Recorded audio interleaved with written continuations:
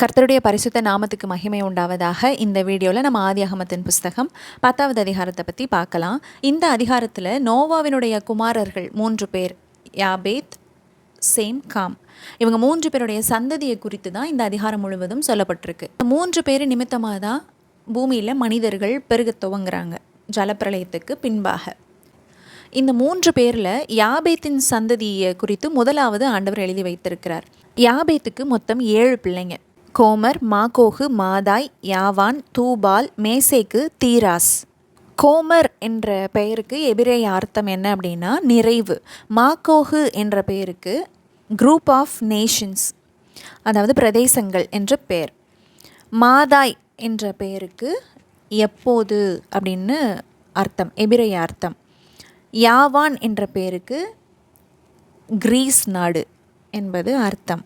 அடுத்து தூபால் என்ற பெயருக்கு விளைச்சல் தருபவர் என்று பெயர். மேசேக்கு என்ற பெயருக்கு எபிரேய அர்த்தம் என்ன அப்படின்னா இழுத்தல், டு ட்ரா, இழுக்கிறது. தீராஸ் என்ற பெயருக்கு ஆசை அல்லது விருப்பம் என்று பொருள்படுது. யாபேத்தினுடைய 7 பிள்ளைகளை பார்த்தோம். அடுத்து காம், அவருடைய பிள்ளைகள் எத்தனை பேர் அப்படின்னு பார்த்தோன்னா 4 பேர் அவருக்கு பிறக்கிறாங்க. அதில் மூத்தவன் பெயர் கூஷ், 2வது பையன் பேர் மிஸ்ராயிம், 3வது பையன் பேர் பூத், அடுத்து 4வது பையன் பேர் கானான். சேம், அவருடைய வாரிசுகள் எத்தனை பேர் அப்படின்னு பார்த்தோன்னா 5 பேர் சேமுக்கு பிறக்கிறாங்க. யார் யார் அப்படின்னா ஏலாம், அசூர், அர்பக்சாத், லூத், ஆராம். ஏலாம் என்ற வார்த்தைக்கு எபிரேய அர்த்தம் நித்தியம் என்று ஆகுது. அசூர் என்ற வார்த்தைக்கு தடுக்கப்பட்ட, சட்டப்படி தடுக்கப்பட்டது என்பது அதனுடைய பொருள். அர்பக்சாத் என்ற பெயருக்கு விடுவிப்பவர் என்று எபிரேய பொருள்படுது. லூத் என்ற பெயருக்கு நண்பன் என்பது எபிரேய அர்த்தம். ஆராம் என்ற பெயருக்கு சிறந்தவர் என்று பொருள்படுது. இன்னொரு வகையில் உயர்ந்த பகுதி என்றும் பொருள்படுது. சேம், காம், யாபேத்திலிருந்து வந்தவங்க மொத்தமாக எத்தனை பேர், அடுத்த சந்ததி பெருகுது அப்படின்னு பார்த்தோன்னா 16 பேராக விருத்தி அடைகிறாங்க. முதலாவது சேம், 2வது காம், 3வது யாபேத்துன்னு சொல்லி நம்ம பேசி பழகியிருந்திருப்போம். ஆனால் பைபிளில் யாபேத்தினுடைய சந்ததியை தான் முதலாவது ஆண்டவர் விளக்கி எழுதி கொடுத்துருக்கிறார். அடுத்து காமினுடைய சந்ததி எழுதி கொடுத்துருக்கிறார். அடுத்து சேமுடைய சந்ததியை பற்றி எழுதி கொடுத்துருக்கிறார். அது மாத்திரம் இல்லை, ஆதியாகமம் 10:21 வசனத்தில் யாபேத்தை மூத்தவன் என்று ஆண்டவர் எழுதி கொடுத்துருக்கிறார். அப்போ யார் மூத்தவனாக இருந்திருக்கா அப்படின்னா யாபேத்து மூத்தவனாக இருந்திருக்கிறாரு. அடுத்து காமனுடைய சந்ததி ஆண்டவர் எழுதினதுனால காம் 2வது ஆளாக இருந்திருக்கணும். அடுத்து 3வது ஆளாக சேம் இருந்திருக்கணும். ஒவ்வொரு சந்ததியாக நம்ம தனித்தனியாக பிரித்து பார்க்கலாம். யாபேத்தினுடைய சந்ததி எப்படியா விரிவாச்சு, அவங்க எந்தெந்த பகுதியிலலாம் போய் பழகி பெருகினாங்கன்றதையும், அதே போல் காம் அவங்களுடைய சந்ததி அவங்க எந்தெந்த பகுதியிலலாம் பரவி இருந்தாங்க, அடுத்து சேமுடைய சந்ததியார் எந்தெந்த பகுதியிலலாம் பரவி இருந்தாங்க, எப்படி விரிவடைந்தாங்க அப்படின்றத ஒரு சந்ததியாராக தனித்தனியாக நம்ம பார்க்கலாம். முதலாவது யாபேத்தினுடைய அடுத்த சந்ததி 7 பேர் அப்படின்ட்டு நம்ம பார்த்தோம். இந்த 7 பேரில் மூத்த மகனாகிய கோமர் அவருடைய சந்ததியை குறித்தும் 4வது பிள்ளை யாவான் அவருடைய சந்ததியாரை குறித்து மட்டும்தான் வேதத்தில் நமக்கு ஆண்டவர் பேர் எழுதி வைத்திருக்கிறார். அவங்கெல்லாம் யார் யார் அப்படின்றத பார்க்கலாம். மூத்த மகனாகிய கோமருக்கு 3 பிள்ளைங்க பிறந்திருக்காங்க. கோமர் அப்படின்ற வார்த்தைக்கு நிறைவு என்பது பொருள் அப்படின்னு பார்த்தோம்ல. இப்போ இந்த கோமருக்கு 3 பிள்ளைங்க யார் யார் அப்படின்னா அஸ்கினாஸ், ரீபாத்து, தொகர்மா அப்படின்னு 3 பேர் இருக்காங்க. இந்த அஸ்கினாஸ் என்ற வார்த்தைக்கு எபிரேய அர்த்தம் என்னன்னு பார்த்தோம்னா ஸ்கேட்டர்டு ஃபயர் அப்படின்ட்டு பொருள்படும். 2வது பையன் ரீபாத், ரீபாத்து அப்படின்னா குணப்படுத்துதல் என்பது அதுக்கான பொருள். அடுத்து 3வது தொகர்மா அப்படின்னா போன் பிரேக்கர் என்று எபிரேய அர்த்தம் கொள்ளுதுன்ட்டு நம்ம இந்த 3 பேருக்கான எபிரேய மீனிங்ஸை எடுத்து வச்சுருக்கோம். அடுத்து யாவான், 4வது பையன் யாவான் பார்த்தோம்ல, அவருடைய பேருக்கான மீனிங் வந்து என்னென்னா கிரேக்க நாட்டவர்கள், கிரீஸ் என்பது கிரீக்ஸ் அப்படின்ட்டு சொல்லப்பட்டிருந்துச்சு. அவருக்கு 4 பிள்ளைங்க பிறந்திருக்காங்க. முதல் பையன் பேர் Elisha, God is my salvation என்பது அதனுடைய அர்த்தம். 2வது பையன் பேர் தர்ஷீஸ். அந்த வார்த்தைக்கு அர்த்தம் என்ன அப்படின்னா பலமான, இல்லைன்னா ப்ரெஷியஸ் ஸ்டோன் அப்படின்னு கூட அந்த பொருள் படுது. 3வது பிள்ளைக்கான பெயர் வந்து கித்தீம். கித்தீம் என்ற வார்த்தைக்கு சுக்குநூறாக நொறுக்குபவர் என்பது பொருள். அடுத்து தொதானீம் என்ற வார்த்தைக்கு தலைவர்கள் இல்லைன்னா நேசிக்கப்படுகிறவர்கள் என்பது அந்த வார்த்தைக்கான அர்த்தமாக சொல்லப்பட்டிருக்கு. யாபேத்தினுடைய அடுத்த சந்ததியாக 7 பேரினுடைய பேரை ஆண்டவர் எழுதி கொடுத்துருக்கிறார். இப்படி பழகி பெருகின இந்த சந்ததியார் எங்கெங்கெல்லாம் இருந்தாங்க அப்படின்னு பார்த்தோன்னா, மத்திய தரைக்கடல் ஓரமாக இருக்கிற நிலங்கள், அதாவது Mediterranean sea coastal islands, coastal லேண்ட்ஸ்லலாம் அவங்க பரவி பழகி அவங்களுடைய நேஷன்ஸ் ஆக்கிக்கிட்டாங்க. ஒவ்வொரு இண்டிவிஜுவல்ஸும் ஒரு நேஷன் ஆகிறத நம்ம வேதத்தில் நம்ம வாசிக்க முடியும். அடுத்து காமினுடைய சந்ததி, அவங்களுடைய சந்ததி யார் அடுத்த சந்ததி எப்படி ஆண்டவர் எழுதியிருக்காருன்னா, இந்த மூத்த பையன் பேர் கூஷ் என்று பார்த்தோம் பாருங்க. அவருக்கு 6 பிள்ளைங்க. யாருன்னா சேபா, ஆவிலா, சப்தா, ராமா, சப்திகா, நிம்ரோத். இதில் 4வது பையன் ராமா என்று இருக்கு பாருங்க, அவருக்கு 2 பிள்ளைங்க பிறக்கிறாங்க. சேபா, திதான் என்று சொல்லி 2 பேர். அடுத்து காமினுடைய 2வது பையன் மிஸ்ராயீம், அவருக்கு எத்தனை பிள்ளைங்க பிறந்தாங்கன்னா 7 பேர் பிறக்கிறாங்க. யாருன்னா லூதீம், அனாமீம், லெகாபீம், நப்தூகீம், பத்ருசீம், கஸ்லுஹீம், கப்தொரீம். அடுத்து 3வது பையனாகிய பூத், அவருடைய சந்ததியார், அடுத்த சந்ததியை பற்றி ஆண்டவர் வேதத்தில் சொல்லலை. டைரெக்டாக கானானுடைய சந்ததியாரை குறித்து ஆண்டவர் எழுதி கொடுத்துருக்காரு. அவருக்கு எத்தனை பிள்ளைங்க மொத்தமாக அப்படின்னு பார்த்தோன்னா 11 பேர் ஆண்டவர் எழுதி கொடுத்துருக்கிறார். அதில் மூத்தவன் பேர் சீதோன், அடுத்து கேத், எபூசியர், எமோரியர், கிர்காசியர், ஈவியர், அர்கீரியர், சீனியர், அர்வாதியர், செமாரியர், காமாத்தியர் அப்படின்னு சொல்லி 11 பேரை ஆண்டவர் எழுதி கொடுத்துருக்கிறார். இப்போ காமோடு சேர்த்து 3வது சந்ததியாராக மொத்தம் எத்தனை பேர் வர்றாங்க அப்படின்னா, மொத்தமாக 24 பேர். இவர்களுடைய லேண்ட் ஏரியா எங்கே அப்படின்னு பார்த்தோன்னா, சீதோன்லேருந்து காசா வரைக்குமான பகுதியில் இவங்க வாழ்ந்திருக்காங்க. சோதோம், கொமோரா, ஆத்மா, செபோயிம், லாசா, இப்படிப்பட்ட இடங்கள்லாம் இந்த காமினுடைய சந்ததியார் வாழ்ந்து வந்ததாக வேதம் நமக்கு சொல்லித்தருது. அடுத்து சேமுடைய சந்ததியார் மொத்தம் 5 பேர்னு பார்த்தோம். இந்த 5 பேருக்கு அடுத்து பிறந்தவங்க யார் அப்படின்னு பார்த்தோன்னா, அதாவது சேமுடைய 3வது பிள்ளை அர்பக்சாத்துன்னு பார்த்தோம். அவருடைய பிள்ளைகள் எத்தனை பேர் அப்படின்னா, ஒரே ஒருத்தர் தான் ஆண்டவர் வேதத்தில் எழுதி கொடுத்துருக்கிறார். அவர் சாலா. அடுத்து 5வது பிள்ளை ஆராம், அவருக்கு மொத்தமாக 4 பிள்ளைகள் பிறந்திருக்கிறாங்க. யார் அப்படின்னா ஊத்ஸ், கூல், கேத்தேர், மாஸ் என்று 4 பேர். அப்போ மொத்தமாக சேமிலிருந்து 3வது சந்ததியாராக 5 பேரை ஆண்டவர் எழுதி கொடுத்துருக்கிறார். 3வது சந்ததியாராக பார்த்தோமா. இப்போ அதுக்கு அடுத்து சேமிலிருந்து 4வது சந்ததி ஏபேர் என்று அவருக்கு பேர், சாலாவுடைய பையன். இந்த ஏபேருக்கு 2 பிள்ளைங்க பிறக்கிறாங்க. அது பேலேகு, இன்னொருத்தர் யோக்தான். பேலேகுன்ற மனுஷனுடைய நாட்களில் தான் பூமியை பகுக்கப்பட்டிருக்கு அப்படின்னு சொல்லி வேதத்தில் எழுதப்பட்டிருக்கு.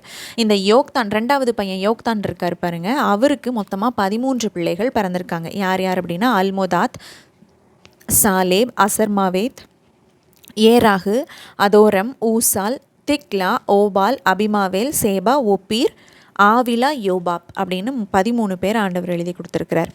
இந்த ஜனங்கள் எல்லாம் எந்த பகுதியில் வாழ்ந்தாங்க அப்படின்னா, மேசாலிருந்து செப்பார் வரைக்குமான பகுதியில் அவங்க வாழ்ந்து வந்திருக்காங்க. சேமோடு சேர்த்து 6 சந்ததிகளை ஆண்டவர் இந்த 10ஆம் அதிகாரத்தில் குறிப்பிட்டு எழுதியிருக்கிறார். இந்த வம்ச வரலாறு எழுதி கொடுத்துருக்கிற அதிகாரங்களை வாசிக்கிறதுக்கு நமக்கு ரொம்ப ட்ரையாக ஃபீல் ஆகும். அது அவ்வளோ ஒன்றும் இன்ட்ரெஸ்டிங்காக இருக்காது. அப்படி தான் நம்மள நிறைய பேர் நினச்சிக்கிறோம். கொஞ்சம் இன்ட்ரெஸ்ட் எடுத்து அதை படித்து பார்த்தோன்னா அதில் இருக்கக்கூடிய சத்தியம், அதில் இருக்கக்கூடிய ஆழம், அதிலிருந்து வர்ற ரெவலேஷன்ஸ், அதெல்லாம் ரொம்ப ஆச்சரியமான காரியங்களாக இருக்கிறத நம்மளால் பார்க்க முடியும். இந்த மொத்த அதிகாரத்தில் 2 பேரை ஆண்டவர் ஹைலைட் பண்ணி எழுதி வைத்திருக்கிறார். அது யார் அப்படிங்கிறத நம்ம பார்க்கலாம். அதோட ஹைலைட்ஸ் என்னன்றதையும் பார்ப்போம். அதோடு சேர்த்து ஒரே ஒரு பேருக்குள்ளே மறைந்திருக்கிற ஒரு பெரிய தேசம், அந்த தேசத்தினுடைய வீடியோவில் நம்ம தெளிவாக நம்ம பார்க்கலாம். இதில் முதலாவது காரியமாக 8வது வசனத்தில், கூஷ் நிம்ரோத்தை பெற்றான், இவன் பூமியிலே பராக்கிரமசாலியானான், இவன் கர்த்தருக்கு முன்பாக பலத்த வேட்டைக்காரனாய் இருந்தான், ஆகையால் கர்த்தருக்கு முன்பாக பலத்த வேட்டைக்காரனான நிம்ரோத்தை போல என்னும் வழக்கச் சொல் உண்டாயிற்று.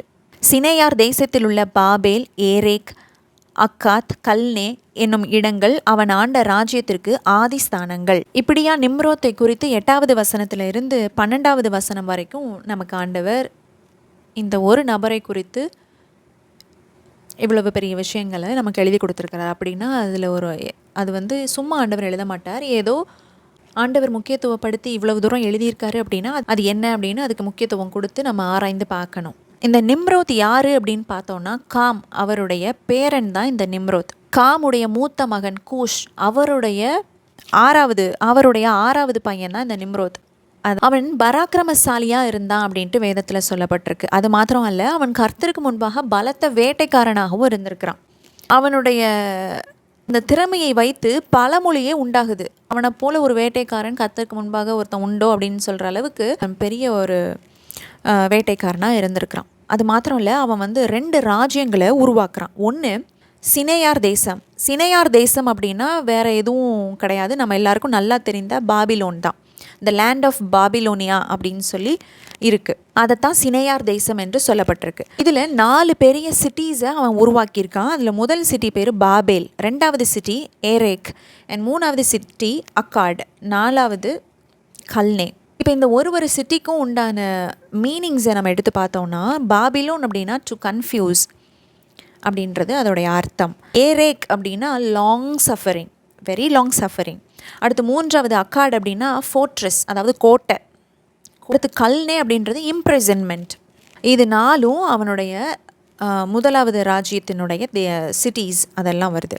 அடுத்த ராஜ்யம் என்ன அப்படின்னா அசூர் என்று வேதத்தில் சொல்லியிருக்கு. இது நம்ம மற்ற ட்ரான்ஸ்லேஷன்ஸ் அதிலெல்லாம் எடுத்து பார்த்தோன்னா அசூர் அப்படின்னா அசிரியா தான் 2வது ராஜ்யம். அந்த ராஜ்யத்தினுடைய முக்கியமான சிட்டிஸ் என்னென்ன அப்படின்னு பார்த்தோன்னா, முதலாவது வர்றது நினிவே. யோனாவை ஆண்டவர் நினிவேக்கு போக சொல்லுவார், ஆனால் அவர் தர்ஷீஸுக்கு ஓடி போவார் பாருங்க. அதெல்லாம் வந்து இங்கே ஆதியாகமம் 10வது அதிகாரத்திலே அந்த சிட்டிஸோட பேர்லாம் நமக்கு ஆண்டவர் சொல்லியிருக்காரு. தர்ஷீஸோடைய பேரும் நம்ம பார்க்குறோம். அது வந்து யாருடைய சந்ததியில் வருவாங்க அப்படின்னா யாபேத்தினுடைய சந்ததியில், அவருடைய சந்ததி. யாபேத்துடைய பேரன் தான் தர்ஷீஸ். அவர் போய் அவர் பழுகி பெருகின பூமிக்கு பேர் தர்ஷீஸ்ன்னு வைத்திருக்கக்கூடும். நிம்ரோத்து கட்டின அசீரிய ராஜ்யத்தினுடைய சிட்டி தலைநகரம் அது வந்து நினிவே. இன்னொன்று ரெஹபோத், 3வது காலா, 4வது ரேசேன். இப்போ இந்த நினிவே அப்படின்ற பேருக்கான அர்த்தம் என்ன அப்படின்னா அக்கிரமம்.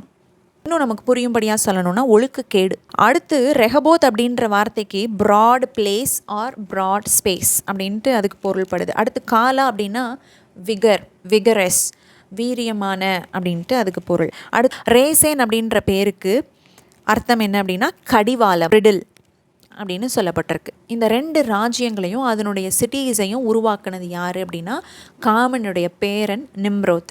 இந்த காம தான் நோவா சபித்திருப்பார். என்ன சொல்லி சபித்திருப்பார்னா, சபிக்கப்பட்டவனாக இருப்ப, அடிமைக்கு அடிமையாக இருப்ப அப்படின்னு சொல்லி காம ஒரு சாபத்தின் சந்ததியாகவே அவருடைய செயல் மாற்றினதை நம்ம பார்க்க முடியும்.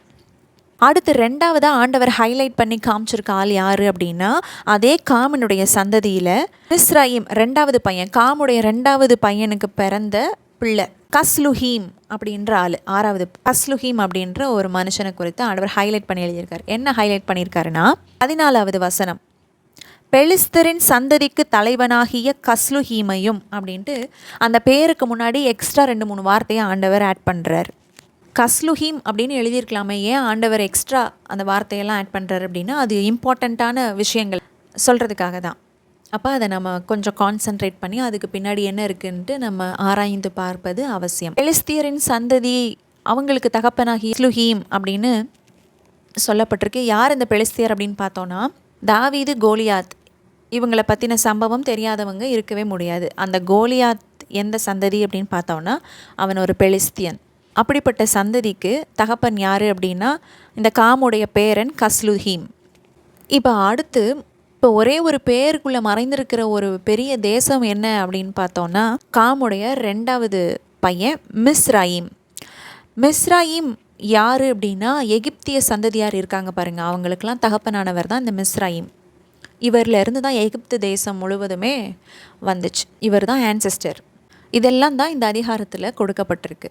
இந்த அதிகாரத்திலிருந்து நமக்கு கிடைக்கக்கூடிய வாழ்க்கை பாடம் என்ன அப்படின்னு பார்த்தோன்னா, முதலாவதாக 3 விதமான சந்ததியை இந்த அதிகாரத்தில் நம்ம பார்க்குறோம். ஆவிக்குரிய ஆசிர்வாதத்தை பெற்றுக்கொண்ட சேம், பூமிக்குரிய விருத்தியை பெற்றுக்கொண்ட யாபேத், சாபத்தை வருவித்து கொண்ட காம்.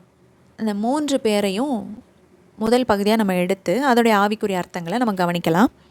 ஆண்டவர் வேதத்தில் ஒரு வசனம் எழுதி கொடுத்துருக்கிறார். நீ எதை செய்தாலும் தேவனுடைய நாமத்தின் மகிமைக்கென்று செய் அப்படின்னு சொல்லி வேதத்தில் ஒரு வசனம் நம்ம பார்க்க முடியும். அதே போல் நாம் செய்கிற செயல்கள், நம்மளுடைய வாழ்க்கை, அது எல்லாமே கர்த்தருடைய நாமத்துக்கு மகிமையை கொண்டு வரணும் அப்படின்ட்டு நம்ம ஆண்டவரிடத்தில் நம்ம ஜெபிக்கணும். அதுக்காக முயற்சியும் செய்யணும்.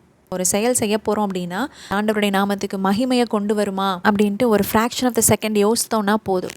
ஆவிக்குரிய ஆசீர்வாதங்களுக்காக நம்ம ஜெபிக்கணும். ஆவிக்குரிய ஆசீர்வாதங்களால் என்னை நிரப்புங்க ஆண்டவரேன்னு நம்ம ஆண்டவருடைய சமூகத்தில் ஒப்பு கொடுத்து ஜெபிக்கணும். ஆவிக்குரிய வரங்கள், ஆவிக்குரிய கனிகள், ஆவிக்குரிய படிநிலைகள், ஆவிக்குரிய மண்டலத்தின் செயல்பாடுகள், இதை அறிந்து கொள்வதெல்லாம் ஒரு ஆசீர்வாதம்.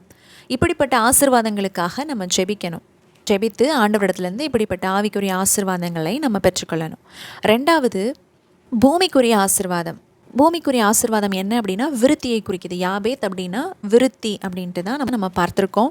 விருத்தி அடைய செய்யுங்க ஆண்டவரேன்னு நம்ம ஜெபிக்கிறதுல தப்பே இல்லை. ஏன்னா விருத்தி அடைய செய்கிற தேவன் நம்முடைய தேவன். நம்முடைய ஆண்டவர் தன்னுடைய பிள்ளைகள் அப்படி ஸ்டாக்னண்ட்டாக ஒரு தேக்க நிலையான வாழ்க்கையில் இருக்கிறத ஆண்டவர் விரும்புகிறவர் கிடையாது. அவர் விருத்தி அடைய செய்கிற தேவன், நம்ம விருத்தி ஆக்குவார். அதனால் நம்ம நிச்சயமாய் ஆண்டவர் விருத்தி அடைய செய்வார் எல்லா வகையிலையும். கர்த்தர் விரும்புகிற விருத்தி என் வாழ்க்கையில் உண்டாகட்டும்னு நம்ம ஆண்டுடைய சமூகத்தில் ஒப்பு கொடுத்து செபிக்கும்போது யாபேத்தை தேவன் விருத்தி அடைய செய்தது போல நம்முடைய சந்ததியவும் நம்முடைய வாழ்க்கையவும் நம்முடைய காரியங்களையும் கர்த்தர் விருத்தி அடைய செய்வார். மூன்றாவது காரியமாக சாபம் நிறைந்த சந்ததி உருவானதை நம்ம பார்க்குறோம். அதாவது காமன் சந்ததி. இந்த சாபம் நம்ம வாழ்க்கையில் உள்ள நுழையாமல் இருக்கிறதுக்கு என்ன பண்ணணும் அப்படிங்கிறத நம்ம தெரிந்து வைத்து கொள்ளணும். ஒருவேளை சாபம் உள்ளே இருந்தால் அதை எப்படி நம்ம வெளியே வர்றது அப்படிங்கிறத தெரிந்து கொள்வதும் ரொம்ப ரொம்ப அவசியமான ஒன்று. அப்படி தெரிந்து கொண்டோம் அப்படின்னா அதிலிருந்து அந்த சாபத்தீடான காரியங்கள், அந்த சாபத்திலேருந்து நம்ம வெளியில் வந்து ஆவிக்குரிய ஆசீர்வாதங்களையும் பெற்றுக்கொண்டு பூமிக்குரிய விருத்தியவும் நம்ம பெற்றுக்கொள்ள முடியும். கர்த்தர் சபிக்கிறவர் அல்ல. ஒரு மனுஷன் செய்கிற செயலுக்கு வருகிற பலன் என்னவோ அதை அந்த மனுஷனை அனுபவிப்பானே ஒழிய கர்த்தர் சபிக்கிறவர் அல்லவே அல்ல. வாழ்க்கையில் சாபம் இருக்குமோ, என் குடும்பத்தில் சாபம் இருக்குமோ அப்படின்னு ஒரு டவுட் உங்களுக்கு இருந்துச்சு அப்படின்னா என்னென்ன சாபம், அதுலேருந்து எப்படிலாம் வெளியே வரணும் அப்படின்னு சொல்லி அடுத்த வருகிற வீடியோஸில் அதை டீட்டெயில்டாக எக்ஸ்பிளைன் பண்ணியிருக்கோம். அது ரொம்ப பிரயோஜனமாக இருக்கும் அப்படின்னு சொல்லி கர்த்தருக்குள்ளே நான் விசுவாசிக்கிறேன். என்ன சாபம் என் வாழ்க்கையில் கிரியை செய்து அப்படின்னு நான் தெரிந்துக்கணும் ஆண்டவரே அப்படின்னு சொல்லி ஆண்டவரிடத்தில் ஒப்பு கொடுத்து ஜெபிங்க. அதை சரியான விதத்தில் அதை மேற்கொள்ளும் போது கர்த்தர் நமக்கு ஜெயத்தை தருவார். இந்த வீடியோ உங்களுக்கு பிரயோஜனம் உள்ளதாக இருந்திருக்கும்னு கர்த்தருக்குள்ளே விசுவாசிக்கிறேன். கர்த்தர் தாமே நம்மை ஆசீர்வதிப்பாராக. ஆமேன்.